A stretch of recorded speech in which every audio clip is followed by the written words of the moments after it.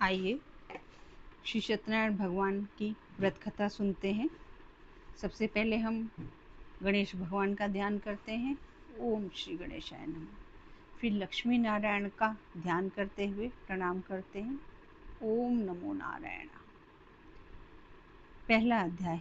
एक समय नैमिषारण्य तीर्थ में सौनक आदि 88,000 ऋषियों ने श्री सूर्य जी से पूछा, हे प्रभु, इस घोर कलयुग में वेद विद्या रहित मनुष्यों को प्रभु भक्ति किस प्रकार मिलेगी तथा उनका उद्धार कैसे होगा। इसलिए हे मुनिश्रेष्ठ, कोई ऐसा तपव्रत बताइए जिससे थोड़े समय में पुण्य प्राप्त हुए तथा मनवांछित फल मिले। उस कथा को सुनने की हमारी हार्दिक इच्छा है। सर्वशास्त्र ज्ञाता श्री सूर्य जी बोले, हे वैष्णवों में पूज्य, आप सबने सर्व प्राणियों के हित की बात पूछी है। अब मैं उस श्रेष्ठ व्रत को आप लोगों से कहूँगा जिस व्रत को नारद जी ने श्री लक्ष्मी नारायण से पूछा था और श्री लक्ष्मीपति ने मुनिश्रेष्ठ नारद से कहा था। सो ध्यान से सुनो। एक समय योगी राज नारद जी दूसरों के हित की इच्छा से अनेक लोकों में घूमते हुए मृत्यु लोक में आ पहुँचे। यहाँ अनेक योनियों में जन्मे हुए प्रायः सभी मनुष्यों को अपने कर्मों के द्वारा अनेक दुखों से पीड़ित देखकर सोचा, किस यत्न के करने से इनके दुखों का नाश हो सकेगा। ऐसा मन में सोचकर मुनिश्रेष्ठ नारद जी विष्णु लोक को गए। वहाँ श्वेत वर्ण और 4 भुजाओं वाले देवों के ईश नारायण जी को देखा, जिनके हाथों में शंख चक्र गदा और पद्म थे तथा वरमाला पहने हुए थे। उन्हें देखकर नारद जी उनकी स्तुति करने लगे। हे भगवान, आप अत्यंत शक्ति से संपन्न हैं। मन तथा वाणी भी आपको नहीं पा सकती। आपका आदि मध्य और अंत नहीं है। निर्गुण स्वरूप सृष्टि के कारण भूत व भक्तों के दुखों को नष्ट करने वाले हो। आपको मेरा नमस्कार है। नारद जी से इस प्रकार की स्तुति सुनकर विष्णु भगवान बोले कि हे मुनिश्रेष्ठ, आपके मन में क्या है? आपका यहाँ किस काम के लिए आगमन हुआ है? निसंकोच कहो। तब नारद मुनि बोले, मृत्यु लोक में सब मनुष्य अनेक योनियों में पैदा हुए, अपने अपने कर्मों के द्वारा अनेक प्रकार के दुखों से दुखी हो रहे हैं। हे नाथ, मुझ पर दया रखते हो तो बताइए कि उन मनुष्यों के सब दुख थोड़े से ही प्रयत्न से कैसे दूर हो सकते हैं। श्री विष्णु भगवान जी बोले, हे नारद, मनुष्यों की भलाई के लिए तुमने बहुत अच्छी बात पूछी है। जिस काम के करने से मनुष्य मोह से छूट जाता है वह मैं कहता हूँ। सुनो, बहुत पुण्य देने वाला, स्वर्ग तथा मृत्यु लोक दोनों में दुर्लभ सत्यनारायण का व्रत है। आज मैं प्रेमवश होकर तुमसे कहता हूँ, श्री सत्यनारायण भगवान का यह व्रत अच्छी तरह विधि पूर्वक संपन्न करने से मनुष्य तुरंत ही आसुक भोग कर मरने पर मोक्ष को प्राप्त होता है। श्री विष्णु भगवान के वचन सुनकर नारद मुनि बोले, उस व्रत का फल क्या है, क्या विधान है और किसने यह व्रत किया और किस दिन यह व्रत करना चाहिए? हे भगवान, इसको विस्तार से बताएं। भगवान बोले, नारद, दुख शोक आदि को दूर करने वाला तथा धन धान्य को बढ़ाने वाला तथा सौभाग्य को देने वाला, संतान को देने वाला यह व्रत सब स्थानों पर विजय दिलाने वाला है। भक्ति और श्रद्धा के साथ किसी भी दिन संध्या के समय श्री सत्यनारायण जी का शाम के समय ब्राह्मणों और बंधुओं के साथ धर्मपरायण होकर पूजा करें। भक्ति भाव से नैवेद्य प्रसाद, केले का फल, घी, दूध और गेहूं का चूरमा सवाया लें। गेहूं के अभाव में साटी का चूर्ण, शक्कर तथा गुड़ लें और श्रद्धा भाव से भगवान को अर्पण करें तथा बंधुओं से ब्राह्मणों को भोजन करावें। तत्पश्चात स्वयं भोजन करें। अंत में भजन आदि का आचरण कर श्री सत्यनारायण भगवान का स्मरण करता हुआ समय व्यतीत करें। इस तरह व्रत करने पर मनुष्य की सभी इच्छाएं निश्चय ही पूरी होती हैं। विशेषकर इस घोर कलयुग में इससे सरल कोई उपाय नहीं है। इति श्री सत्यनारायण व्रत कथायाम प्रथम अध्याय संपूर्णम। सूत जी बोले, हे ऋषियों, जिन्होंने सबसे पहले इस व्रत को किया था उसका इतिहास कहता हूँ, ध्यान से श्रवण करो।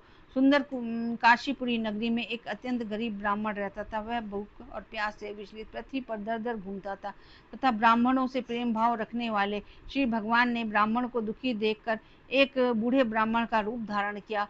उसके पास जाकर आदर के साथ पूछा, हे विप्र, आप अत्यंत दुखी हो, इस पृथ्वी पर क्यों घूमते हो? हे श्रेष्ठ ब्राह्मण, यह सब मुझसे कहो, मैं सुनना चाहता हूँ। ब्राह्मण बोला, मैं एक निर्धन ब्राह्मण हूँ, भिक्षा के लिए पृथ्वी पर फिरता हूँ।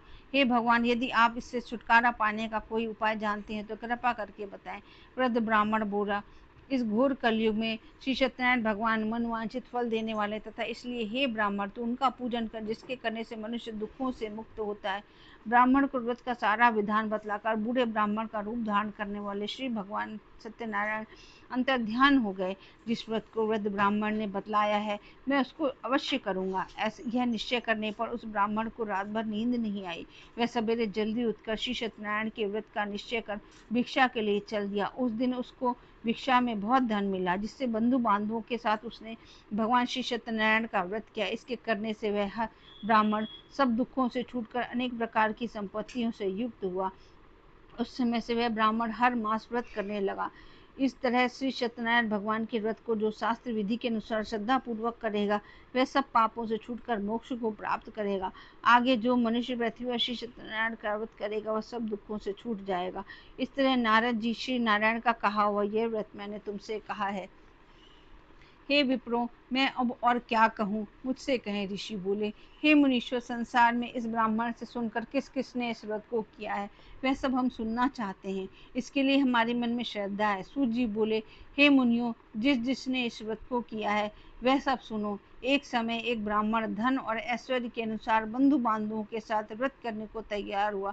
उसी समय एक लकड़ी बेचने वाला बूढ़ा आदमी आया और लकड़ियों को ब्राह्मण बाहर रखकर ब्राह्मण के मकान में गया। प्यास से दुखी लकड़हारा उनको व्रत करते देखकर ब्राह्मण को नमस्कार कर कहने लगा कि आप यह क्या कर रहे हैं और इसके करने से क्या फल मिलता है, कृपा करके मुझसे कहो। ब्राह्मण ने कहा, सब मनोकामनाओं को पूरा करने वाला यह श्री सत्यनारायण भगवान का व्रत है। इनकी ही कृपा से मेरे यहाँ धन धान्य आदि की वृद्धि हुई है। ब्राह्मण से इस व्रत के बारे में जानकर लकड़हारा बहुत प्रसन्न हुआ। चरणामृत ले और प्रसाद खाने के बाद अपने घर को गया। लकड़हारे ने अपने मन में संकल्प कर लिया कि आज शाम में लकड़ी बेचने से जो धन मिलेगा उसी से भगवान सत्यनारायण देव का उत्तम व्रत करूंगा। यह मन में विचार कर वह बूढ़ा आदमी लकड़ियां अपने सिर पर रखकर जिस नगर में धनवान लोग रहते थे वह ऐसे नगर में गया।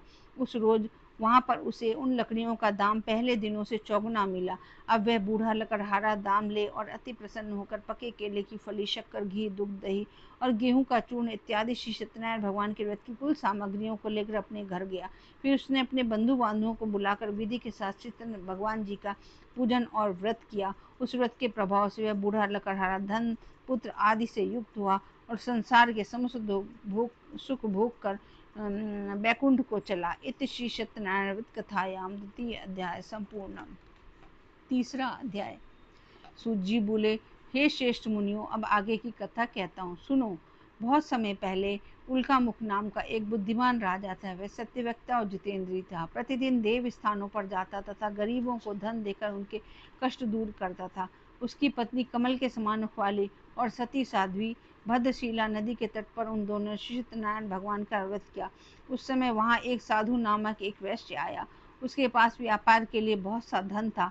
वह नाव को किनारे पर ठहराकर राजा के पास आ गया और राजा को व्रत करते हुए देखकर विनय के साथ पूछने लगा, हे राजन, भक्ति युक्त चित्त से यह आप क्या कर रहे हैं? मेरी सुनने की इच्छा है, सो आप मुझे भी बताइए। राजा बोला, हे साधु, अपने बंधु बांधवों के साथ पुत्र आदि की प्राप्ति के लिए महाशक्तिवान श्री सत्यनारायण भगवान का व्रत व पूजन कर रहा हूँ। राजा के वचन सुनकर साधु आदर से बोला, हे राजन, मुझसे इसका सब विधान कहो। मैं भी आपके कथनानुसार इस व्रत को करूंगा। मेरी भी कोई संतान नहीं और इससे निश्चय ही होगी। राजा से सब विधान सुनकर व्यापार से निवृत्त हो वह आनंद के साथ अपने घर गया। साधु वैश्य ने अपनी स्त्री से संतान देने वाले इस व्रत का समाचार सुनाया। प्रण किया कि जब मेरे संतान होगी तब मैं इस व्रत को करूंगा। साधु ने ऐसे वचन अपनी स्त्री लीलावती से कहे। एक दिन उसकी स्त्री लीलावती पति के साथ आनंदित होकर सांसारिक धर्म में प्रवृत्त होकर श्री सत्यनारायण भगवान की कृपा से गर्भवती हो गई तथा 10वें महीने में उसकी एक सुंदर कन्या का जन्म हुआ। दिनों दिन वह स्त्री बढ़ने लगी जैसे शुक्ल पक्ष का चंद्रमा बढ़ता है। कन्या का नाम कलावती रखा गया। तब लीलावती ने मीठे शब्दों में अपने पति से कहा कि जो आपने संकल्प किया था कि भगवान का व्रत करूंगा, अब आप उसे पूरा करिए। साधु बोला, हे प्रिय, इसके विवाह पर करूंगा। इस प्रकार अपनी पत्नी को आश्वासन दे वह नगर को व्यापार करने चला गया।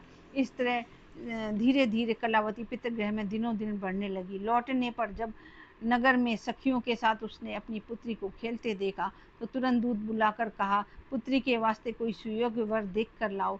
साधु नामक वैश्य की आज्ञा पाकर दूत कंचर नगर पहुंचा और वहां पर बड़ी खोज और देखभाल कर लड़की के लिए सुयोग्य वणिक पुत्र को ले आया। उस सुयोग्य लड़के को देखकर साधु ने अपने बंधु बांधुओं सहित प्रसन्नोचित्त होकर अपनी पुत्री का विवाह उसके साथ कर दिया, किंतु दुर्भाग्य से वह विवाह के समय भी व्रत को करना भूल गया। तब श्री भगवान ने क्रोधित हो गए और उन्होंने वैश्य को श्राप दिया कि तुम्हें दारुण दुख प्राप्त होगा। अपने कार्य में कुशल साधु बनिया जमाता सहित नावों को लेकर व्यापार करने के लिए समुद्र के समीप स्थित रत्नपुर नगर में गया और वहां दोनों ससुर जमाई चंद्रकेतु राजा के उस नगर में व्यापार करने लगे। एक रोज भगवान श्री सत्यनारायण की माया से प्रेरित कोई चोर राजा का धन चुराकर भागा जा रहा था, किंतु राजा के दूतों को आता देखकर चोर ने घबराकर भागते हुए राजा के धन को वहीं चुपचाप रख दिया जहां वो ससुर जमाई ठहरे हुए थे। जब दूतों ने उस साधु वैश्य के पास राजा के धन को रखा देखा तो वे दोनों को बांध कर ले गए और प्रसन्नता से दौड़ते हुए राजा के समीप जाकर बोले, यह दो चोर हम पकड़ कर लाए हैं, देखकर आज्ञा दे। तब राजा ने बिना उसकी बात सुने ही आज्ञा दे उनको कठिन कारावास में डाल दिया और उनका सब धन भी छीन लिया। श्री सत्यनारायण भगवान के श्राप द्वारा उनकी पत्नी भी घर पर बहुत दुखी हुई और घर पर जो धन रखा था चोर चुरा कर ले गए। शारीरिक व मानसिक पीड़ा तथा भूख प्यास से अधिक दुखित हो अन्न की चिंता में कलावती कन्या एक ब्राह्मण के घर गई। वहां उसने श्री सत्यनारायण भगवान का व्रत होते देखा, फिर कथा सुनी तथा प्रसाद ग्रहण कर रात को घर आई। माता ने कलावती से कहा, हे पुत्री, तू अब तक कहाँ रही, व तेरे मन में क्या है? कलावती बोली, हे माता, मैंने एक ब्राह्मण के घर श्री सत्यनारायण भगवान का व्रत होते देखा है। कन्या के वचन सुनकर लीलावती भगवान के पूजन की तैयारी करने लगी। लीलावती ने परिवार और बंधुओं सहित श्री सत्यनारायण भगवान का पूजन किया और वर मांगा कि मेरे पति और दामाद शीघ्र आ जावे। साथ ही प्रार्थना की कि हम सबका अपराध क्षमा करो। श्री सत्यनारायण भगवान इस व्रत से संतुष्ट हो गए और राजा चंद्रकेतु को स्वप्न में दर्शन देकर कहा, हे राजन, जिन दोनों वैश्यों को तुमने कैद कर रखा है वे निर्दोष, उन्हें प्रातः ही छोड़ दो और उनका सब धन जो तुमने ग्रहण किया है दे दो, नहीं तो मैं तेरा धन राज्य पुत्रादि सब नष्ट कर दूंगा। राजा से ऐसे वचन कहकर भगवान अंतर्ध्यान हो गए। प्रातः कल राजा चंद्रकेतु ने सभा में अपना स्वप्न सुनाया और सैनिकों को आज्ञा दी कि दोनों वणिक पुत्रों को कैद से मुक्त कर सभा में लाया जाए। दोनों ने आता ही राजा को नमस्कार किया। राजा ने मीठी वाणी में अपनी गलती की क्षमा मांगी और उनसे कोमल वाणी में बोला, हे महानुभावों, भाग्यवश आप लोगों को ऐसा कठिन दुख प्राप्त हुआ है, अब आपको कोई भय नहीं। ऐसा कहकर राजा ने उनको नए नए वस्त्र आभूषण पहनाए तथा उनका जितना धन लिया था उससे दूना धन देकर आदर सहित विदा किया। दोनों वैश्य घर को चल दिए। इति श्री सत्यनारायण व्रत कथायाम तृतीय अध्याय संपूर्णम। चौथा अध्याय। सूत जी बोले, वैश्य ने मंगलाचार करके यात्रा आरंभ की और अपने नगर को चला। उनकी थोड़ी दूर निकलने पर दंडी वेशधारी श्री सत्यनारायण ने उनसे पूछा, हे साधु, तेरी नाव में क्या है? अभिमानी वणिक हंसता हुआ बोला, हे दंडी, आप क्यों पूछते हो? क्या धन लेने की इच्छा है? मेरी नाव में तो बेल और पत्ते भरे हैं। वैश्य का कठोर वचन सुनकर श्री भगवान ने कहा, तुम्हारा वचन सत्य हो। दंडी ऐसा कहकर वहां से चले गए और कुछ दूर जाकर समुद्र के किनारे बैठ गए। दंडी के जाने पर वैश्य ने नृत्य किया के बाद नाव को ऊंची उठी देखकर अचंभा किया तथा नाव में बेल पत्ते आदि देखकर मूर्छित हो जमीन पर गिर पड़ा। फिर मूर्छा खुलने पर अत्यंत शोक प्रकट करने लगा। तब उसका दामाद बोला कि आप शोक न करें, यह दंडी महाराज का श्राप है, अतः उनकी शरण में चलना चाहिए, तभी हमारी मनोकामना पूरी होगी। दामाद के वचन सुन वह दंडी महाराज के पास पहुंचा और अत्यंत भक्तिभाव से नमस्कार करके बोला, मैंने जो आपसे असत्य वचन कहे थे उसको क्षमा करें। ऐसा कहकर महान शोकातुर हो रोने लगा। तब दंडी भगवान बोले, हे वणिक पुत्र, मेरी आज्ञा से बार बार तुम्हें दुख प्राप्त हुआ है, तू मेरी पूजा से विमुख हुआ है। साधु बोला, हे भगवान, आपकी माया से मोहित ब्रह्मा आदि भी आपके रूप को नहीं जानते, तब मैं ज्ञानी कैसे जान सकता हूँ? आप प्रसन्न होइए, मैं सामर्थ्य के अनुसार आपकी पूजा करूंगा। मेरी रक्षा करो और पहले के समान नौका में धन भर दो। उसके भक्ति युक्त वचन सुनकर श्री सत्यनारायण भगवान प्रसन्न हो उसकी इच्छा अनुसार वर देकर अंतर्ध्यान हो गए। तब उन्होंने नाव पर आकर देखा कि नाव धन से परिपूर्ण है। फिर वह भगवान सत्यनारायण का पूजन कर साथियों सहित अपने नगर को चला।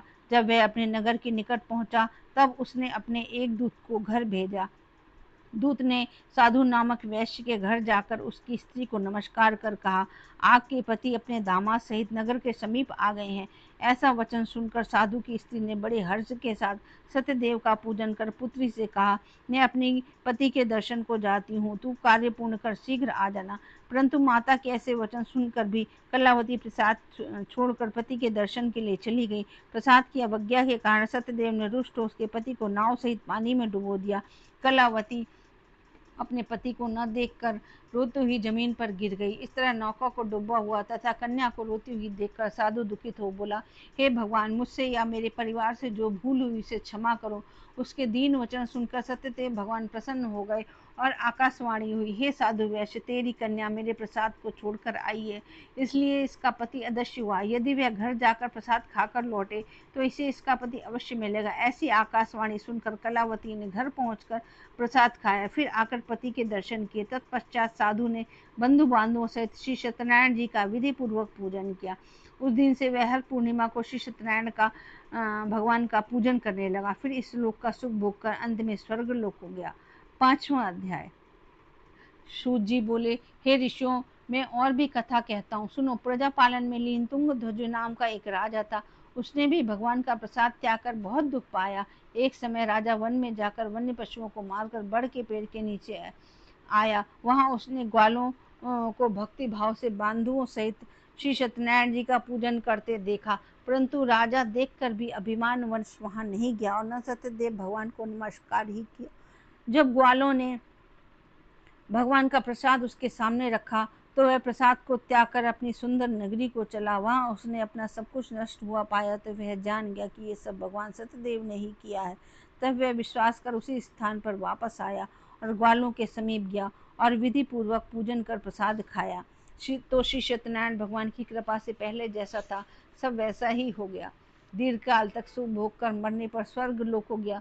जो मनुष्य इस परम दुर्लभ व्रत को करेगा, भगवान की कृपा से उसे धन धान्य की प्राप्ति होगी। निर्धन धनी बंदी बंधन से मुक्त होकर निर्भय हो जाता है। संतानहीनों को संतान प्राप्ति होती है तथा सब मनोरथ पूर्ण होकर अंत में वैकुंठ धाम को जाता है। जिन्होंने पहले इस व्रत को किया, अब उनके दूसरे जन्म की कथा कहता हूँ। वृद्ध सतानंद ब्राह्मण ने सुदामा के रूप में जन्म लेकर मोक्ष को पाया। उल्कामुख नाम का राजा दशरथ होकर वैकुंठ को प्राप्त हुआ। साधु नाम का वैश्य ने धर्मात्मा व सत्य प्रतिज्ञ राजा मोरध्वज बनकर अपने पुत्र को आरे से चीरकर मोक्ष को प्राप्त किया। महाराजा तुंगध्वज ने स्वयं भूमनु होकर भगवान में भक्ति युक्त हो कर्म कर मोक्ष को प्राप्त किया। लकड़हारा भील अपने अगले जन्म में गुह नामक निषाद हुआ, जिसने भगवान राम के चरणों की सेवा कर मोक्ष को प्राप्त किया। इति श्री सत्यनारायण कथायाम संपूर्णम। ओम नमो नारायण।